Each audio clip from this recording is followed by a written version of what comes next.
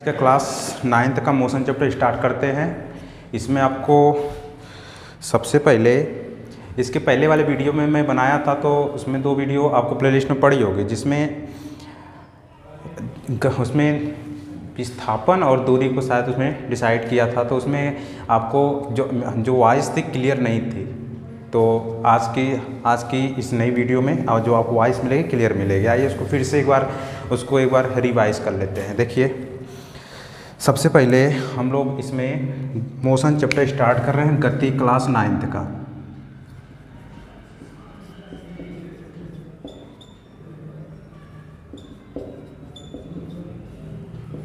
देखिए, सबसे पहले हम लोग इसमें आपको बताएंगे कि गति क्या है।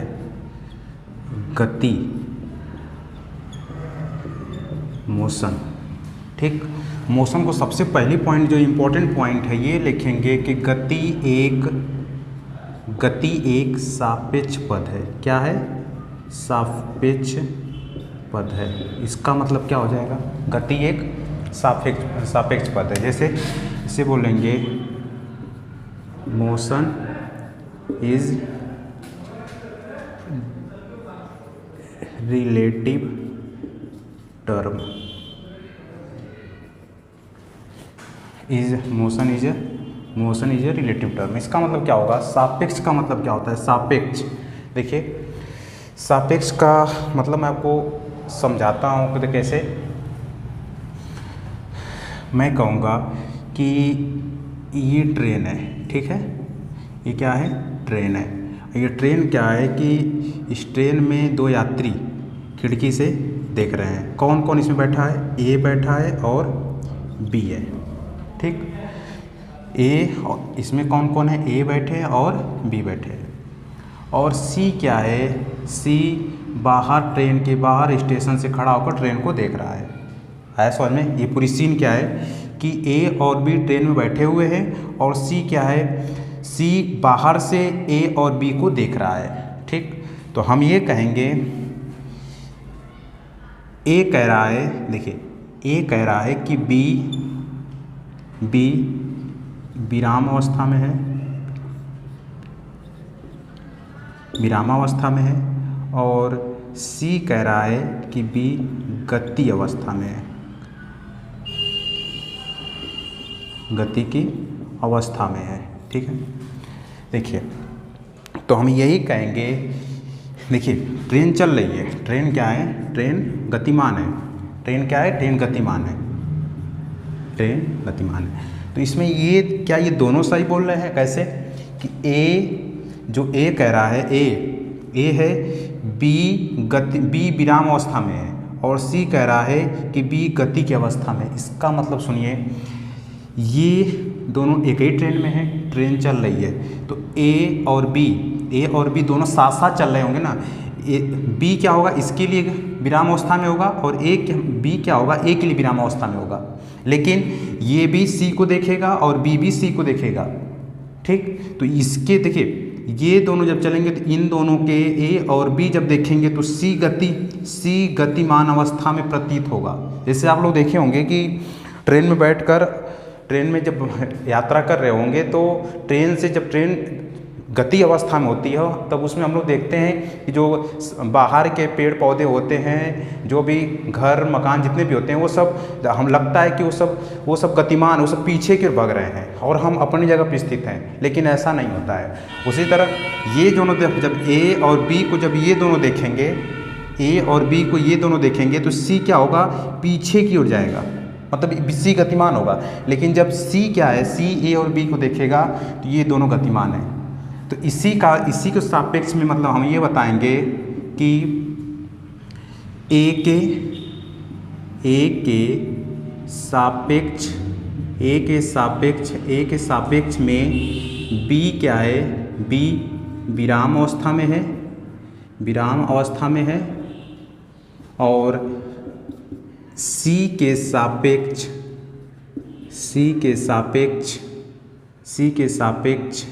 बी गति अवस्था में है।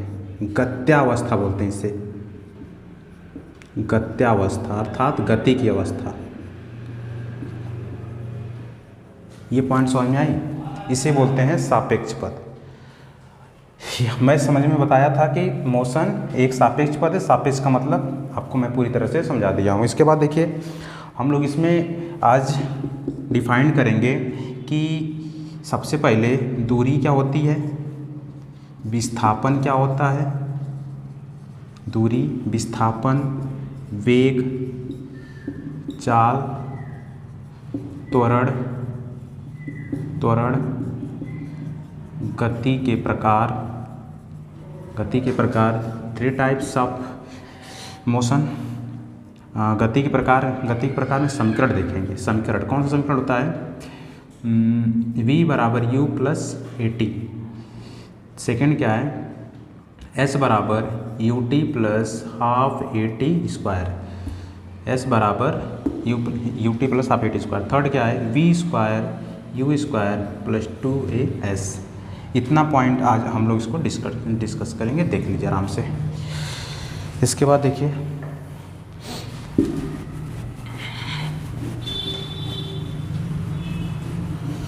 इस वीडियो में आपको सापेक्ष का मतलब अच्छे से क्लियर हो गया होगा। इसको एक बार नहीं क्लियर हुआ तो दोबारा वीडियो को पॉज कर देख सकते हैं। देखिए आपको मैं बताऊंगा कि दूरी क्या होती है, दूरी, फिर दूरी को बताएंगे और विस्थापन को, इसे बोलते हैं डिस्टेंस, ठीक है, डिस्टेंस। और एक है विस्थापन, हम लोग एक दूसरा क्लियर करेंगे, विस्थापन। आइए देखिए देखते हैं दोनों में क्या होता है। इसे बोलते हैं डिस्प्लेसमेंट, डिस्प्लेसमेंट। देखिए दोनों को हम आपको समझाएंगे। सबसे पहले देखिए कैसे, ये आपका प्यारा सा घर है, ठीक है, ये आपका प्यारा सा घर है और ये आपका प्यारा सा सुंदर सा स्कूल है। आया समझ में, ये आपका घर है, ये आपका स्कूल है और ये आप सुंदर से प्यारे से मुस्कुराते हुए आप हैं, ठीक है।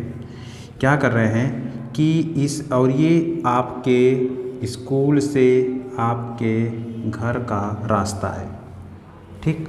और ऐसा अब और भी रास्ते आपके स्कूल से, घर से और भी बहुत बड़े रास्ते हो सकते हैं, ठीक है, ऐसे मान लीजिए, ठीक। तो ये आपका जहाँ पे आप हैं अपने घर पर हैं, ये आपका हो जाएगा प्रारंभिक स्थिति।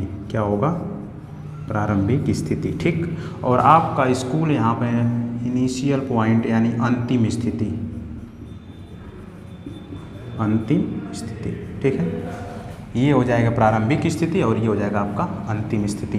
देखिए इसके बाद हम लोग आपको ये बताइए इसमें सबसे पहले पॉइंट कि घर से स्कूल क्या है, घर से स्कूल तक सबसे छोटा रास्ता कौन है। तो आपको आराम से वीडियो में आराम से दिखाई दे रहा होगा कि घर से स्कूल मतलब ये सबसे छोटा रास्ता है। अब बाकी ये दोनों देख रहे हैं कैसे टेढ़े मेढ़े घुमराते हुए कैसे लंबे रास्ते गए हैं। तो ये आपका है आपका लघुत्तम पथ।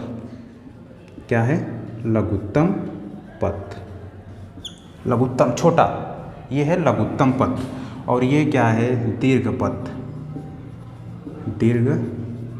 पथ। आया समझ में, यानी ये कहेंगे कि लघुत्तम ये अर्थात न्यूनतम पथ और ये हो जाएगा आपका अधिकतम पथ, ठीक। तो जो आपका लघुत्तम पथ होगा इसे हम लोग बोलेंगे विस्थापन। क्या कहेंगे, विस्थापन, इसे हम लोग बोलेंगे विस्थापन। और ये जो दीर्घ पथ या अधिकतम पथ होगा इसे हम लोग बोलेंगे दूरी। इसे भी, ये भी रास्ते इसे बोलेंगे दूरी, ठीक है, इसे बोलते हैं डिस्टेंस, ठीक। ये हो जाएगा डिस्टेंस। आइए इसको हम लोग परिभाषा के माध्यम से आपको मैं क्लियर करता हूँ कि कैसे कहेंगे इसको। देखिए यहाँ से डिस्टेंस क्या है, डिस्टेंस की परिभाषा आप लोग कैसे बताएंगे कि प्रारंभिक स्थिति से, क्या कहेंगे, प्रारंभिक स्थिति से, यहाँ से प्रारंभिक प्रारंभिक, एक मिनट, लिखेंगे पहले किसी वस्तु द्वारा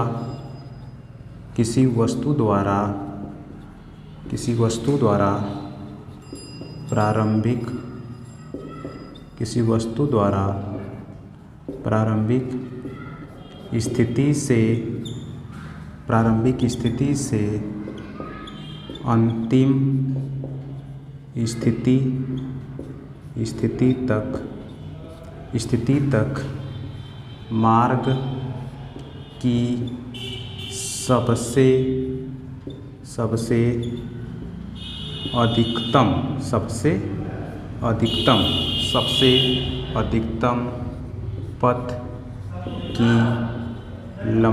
सबसे अधिकतम पथ की लंबाई को दूरी यानी डिस्टेंस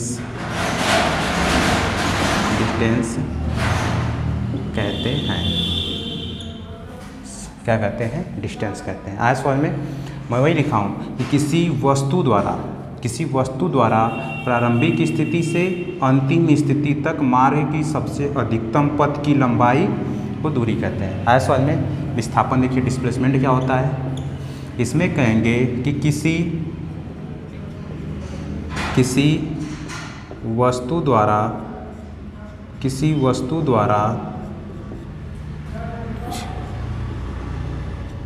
प्रारंभिक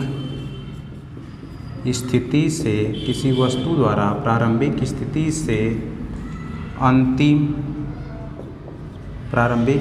से अंतिम स्थिति तक मार्ग की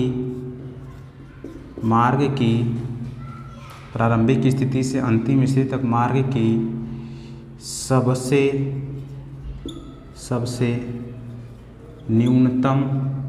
सबसे न्यूनतम पथ की लंबाई को विस्थापन कहते हैं। क्या कहते हैं? विस्थापन,